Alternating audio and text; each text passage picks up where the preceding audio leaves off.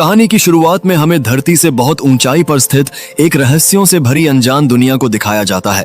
इस दुनिया में कदम रखना यानी सीधे सीधे मौत को न्योता देने के बराबर था। इसके बावजूद कुछ जाबाज सिपाही अपनी जान की परवाह किए बिना उस जगह तक पहुंच ही गए, मगर वहां पहुंचते ही उनका सामना उस दुनिया के सबसे विकराल और विशालकाय दैत्य से हो गया। जैक को उसकी उपस्थिति का आभास हो गया और उसने फौरन अपना सिर पानी में डुबोकर खुद को छिपा लिया। ठीक तभी उसके सामने एक भीमकाय पैर नमूदार हुआ, जिसे देखकर करीब खड़ी भेड़ें दहशत में इधर उधर भागने लगी। इसी बीच दैत्य ने एक भेड़ को दबोचकर बिना चबाए ही निगल लिया। यह भयावह दृश्य देख जैक के रोंगटे खड़े हो गए। उधर एक पेड़ की ओट में छिपा हुआ सिपाही मुड़कर उस दैत्य को घूरने लगा, मगर दैत्य ने अपनी बड़ी नाक से उस सिपाही की खुशबू भांप ली। भयभीत सिपाही तुरंत फिर पेड़ के पीछे दुबक गया, लेकिन दैत्य लंबे लंबे डग भरता हुआ उसी तरफ बढ़ने लगा। सांसें रोककर खड़ा वह सिपाही आखिरकार खुद पर काबू नहीं रख सका और दौड़ पड़ा, मगर तब तक बाजी हाथ से निकल चुकी थी। वह दैत्य की निगाह में आ चुका था। बिना पल गंवाए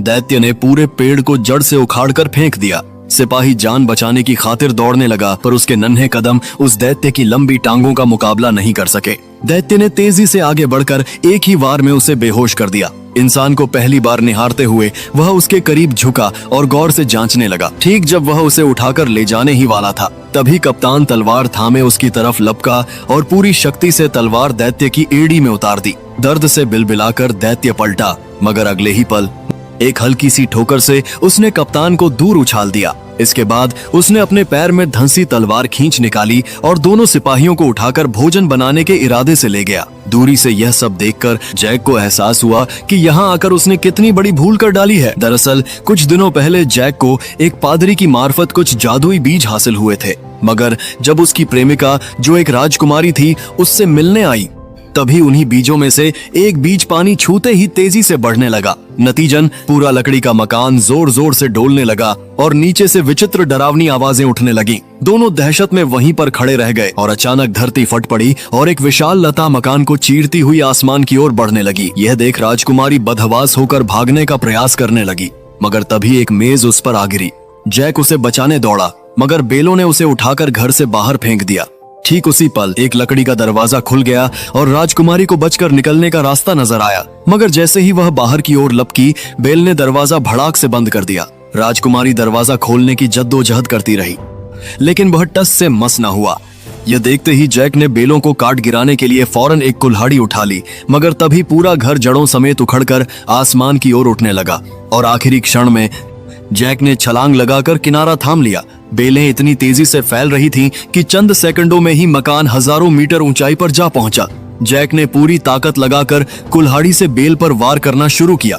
जैसे ही बेल कटी, राजकुमारी ने झट दरवाजा खोल दिया, मगर अगले ही क्षण उसके पैरों तले की लकड़ी टूट गई और हाथ थामे रखने के बावजूद वह करीब 10,000 मीटर की ऊंचाई से नीचे गिरने लगा।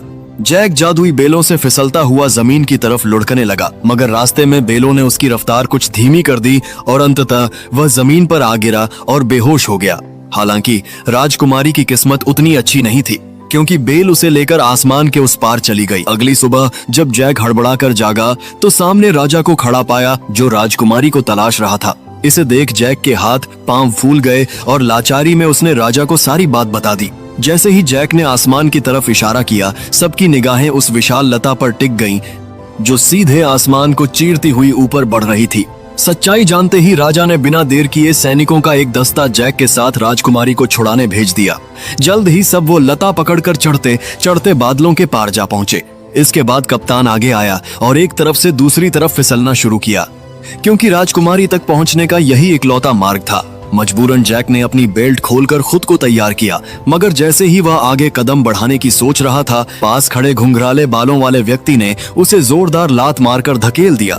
इतनी ऊंचाई देखकर जैक की हालत बिगड़ गई और बीच रास्ते फिसलते समय उसकी पकड़ छूट गई और वह सीधे नीचे गिरने लगा, मगर किस्मत से बेलों ने उसे बीच में ही पकड़ लिया। होश संभालते ही वह बिना रुके दोबारा ऊपर चढ़ने लगा। ऊंचाई पर पहुंचते ही मौसम पूरी तरह बदल गया। चारों तरफ तूफानी हवाएं और कड़कती बिजली छा गई। तभी अचानक एक तेज बिजली सीधे एक सैनिक पर गिरी, जिससे वह फिसल गया और बाकी साथी उससे टकराकर नीचे लुढ़कने लगे। मगर आखिरी पल में एक सिपाही ने रस्सी मजबूती से जकड़ ली, जिसकी बदौलत बाकियों की जान किसी तरह बच गई।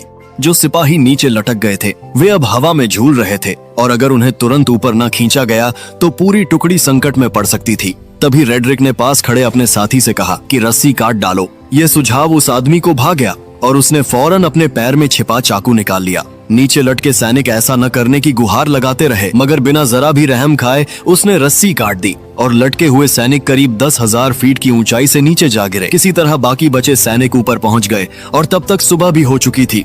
जैक ने जैसे ही पीछे मुड़कर देखा तो वह सन्न रह गया। बादलों के ऊपर एक विशाल दुनिया मौजूद थी।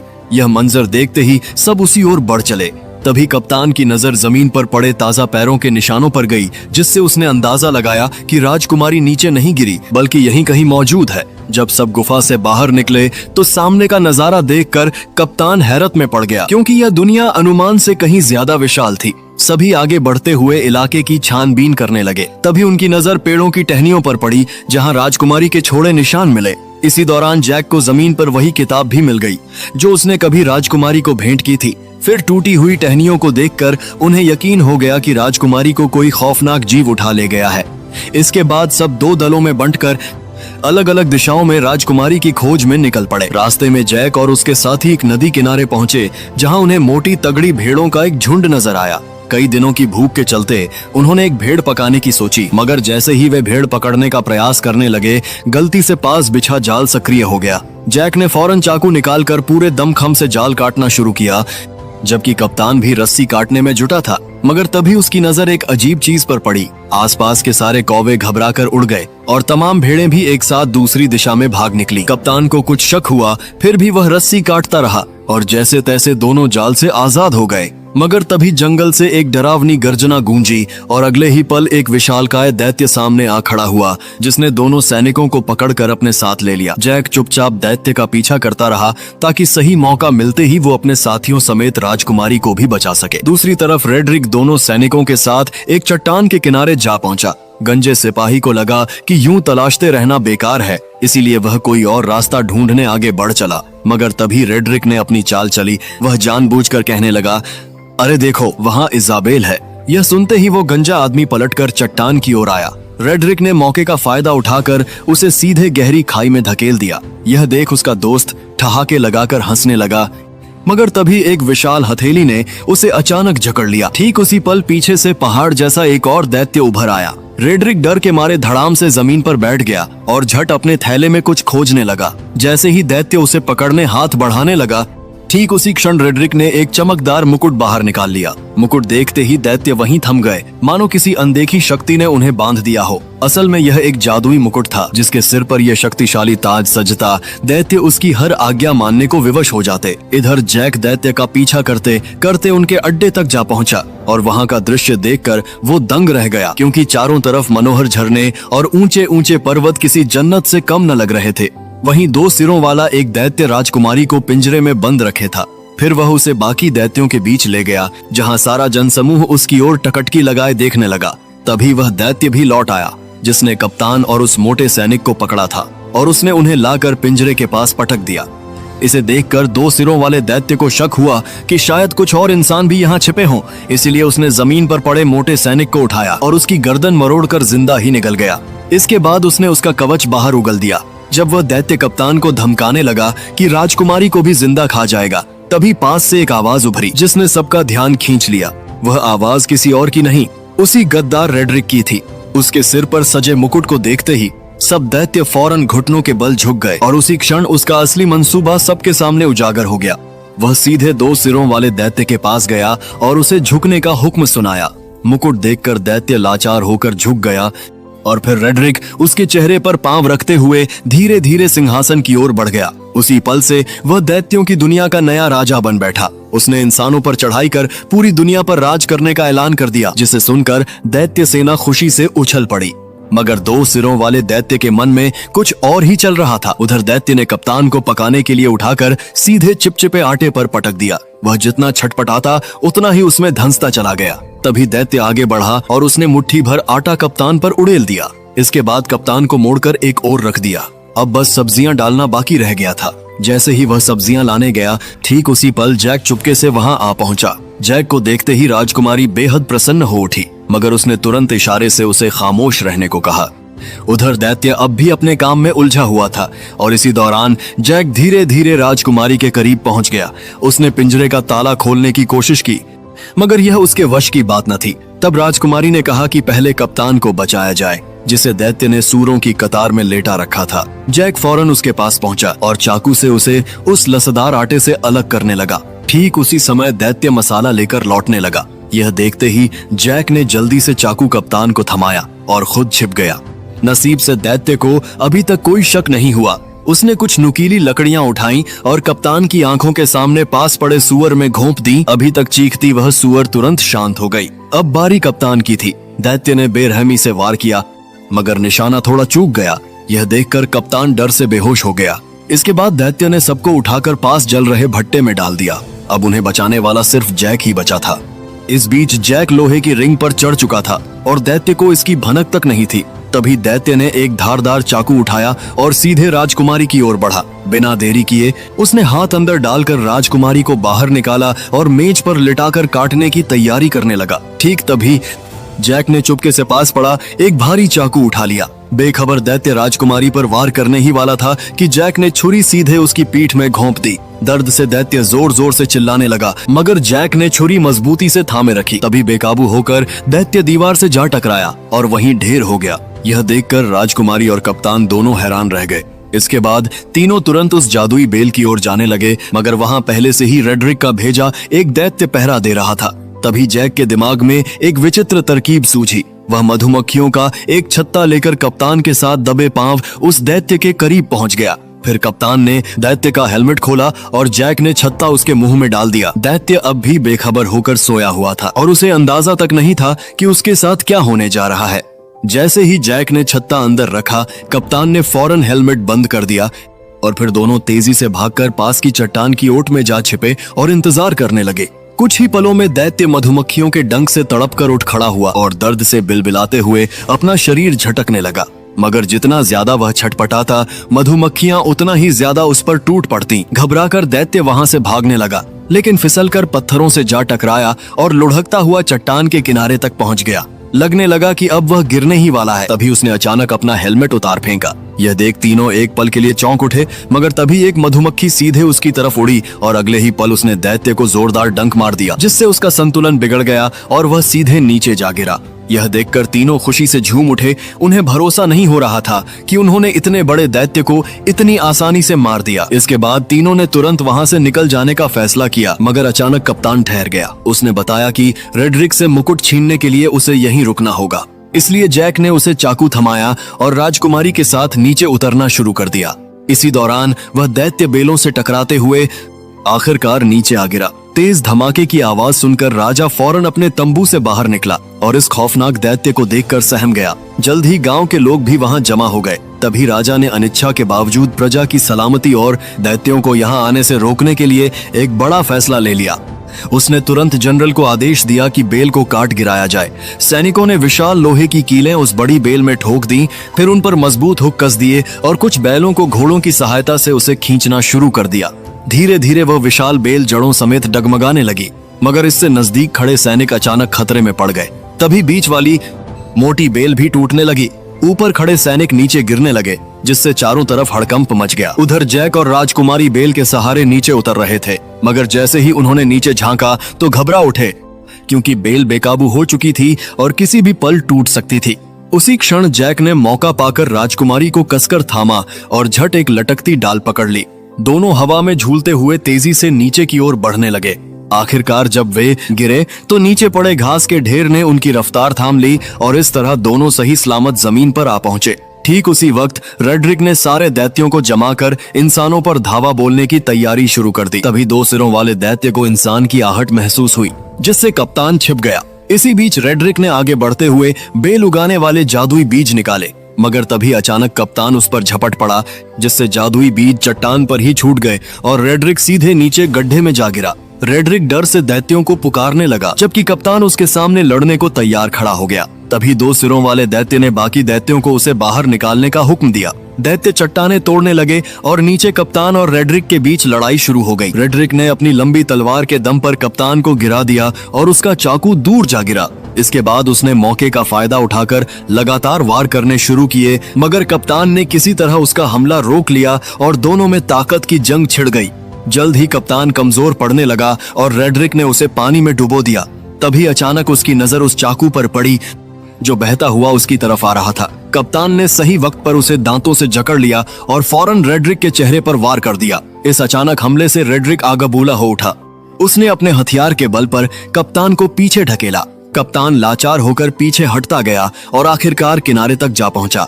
तभी रेड्रिक ने उसे एक तगड़ी लात मारकर नीचे गिरा दिया, मगर कप्तान ने किसी तरह चट्टान थाम ली। रेड्रिक तलवार से उसके हाथों पर वार करने लगा ताकि वह खुद नीचे जा गिरे, मगर उसने कप्तान की ताकत को कम आंक लिया था। जैसे ही वह दोबारा वार करने बढ़ा, कप्तान ने उसी का हथियार छीनकर उसी की टांग में घोंप दिया।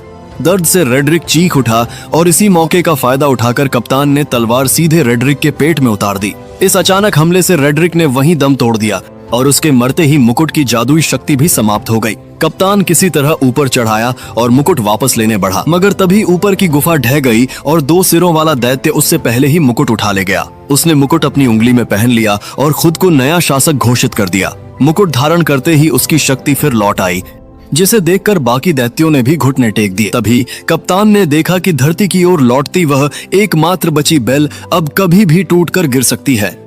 इसलिए उसने बिना देर किए सीधे उस पर छलांग लगा दी। बेल तेजी से किले की तरफ बढ़ने लगी। कप्तान ने सही समय भांप छलांग लगाई और सीधे पानी में जा कूदा। जब 2 सिरों वाले दैत्य ने देखा कि इंसानों की दुनिया तक जाने का रास्ता ही टूट गया है, तो वह क्रोध से दहाड़ उठा।